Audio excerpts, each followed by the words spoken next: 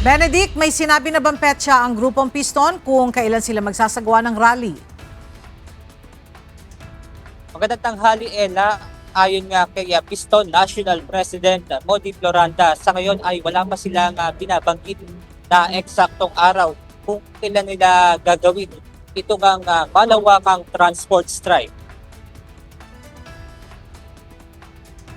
Uli na namang tumaas ang presyo sa kada litro ng petrolyo ngayong araw ng Martes sa inilabas na fuel price update ng Department of Energy.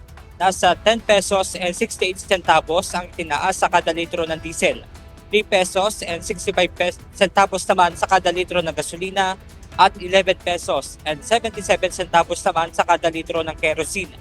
Kaya naman bilang panawagan, nagpaplano na ang grupong Piston na magsagawa ng malawakang transport strike.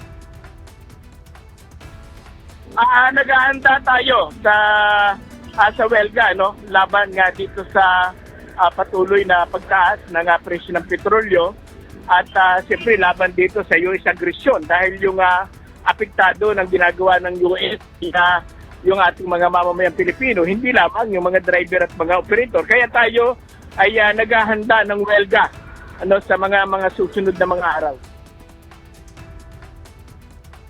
Dagdag pa ni Floranda, noong Abril pa nila sila nananawagan sa Land Transportation, Franchising and Regulatory Board para sa panukalang dagdag taas pasahe.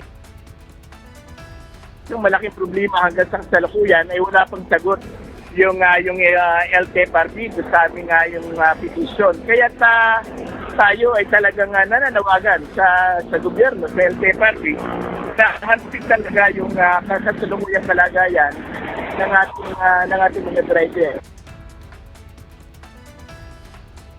Ella, sa sa panawagan ng Piston ay maisama sa ikalimang State of the Nation address ni Pangulong Ferdinand Marcos Jr. Ito nga kanilang pagtugon dito nga sa patuloy na pagtaas ng produktong petrolyo. Kaya mo ng ating update mula rito sa Quezon City. Balik sa inyo dyan, Ella. Maraming salamat, Benedict Samson.